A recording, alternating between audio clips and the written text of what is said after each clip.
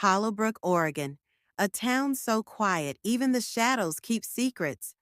But one woman, a nobody with a camera and a dead-end blog, dug up a truth so explosive it shattered the lies of a century.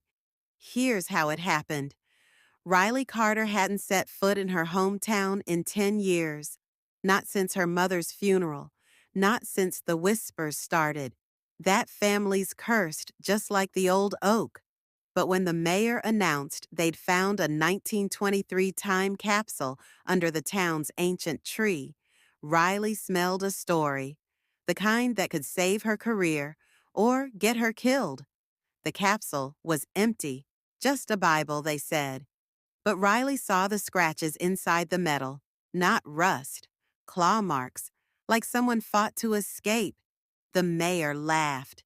The sheriff called her paranoid. But at midnight, she broke into the town archives. That's where she found her. Martha Wilkins, 98 years old, eyes sharp as broken glass.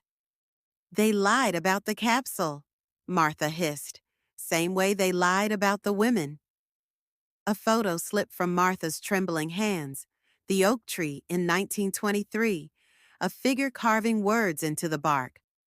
Riley ran back to the square, flashlight shaking. She scraped moss from the trunk, and there they were, letters, faded but screaming. They came for the women. Look under the storm. The weather app blared warnings, hurricane inbound. The sheriff screamed at her to evacuate, but Riley grabbed a shovel. Rain lashed her face as she dug like a madwoman. Clara, she whispered, her great-grandmother's name, the one who'd vanished in 1923, the one nobody talked about. Metal clanged.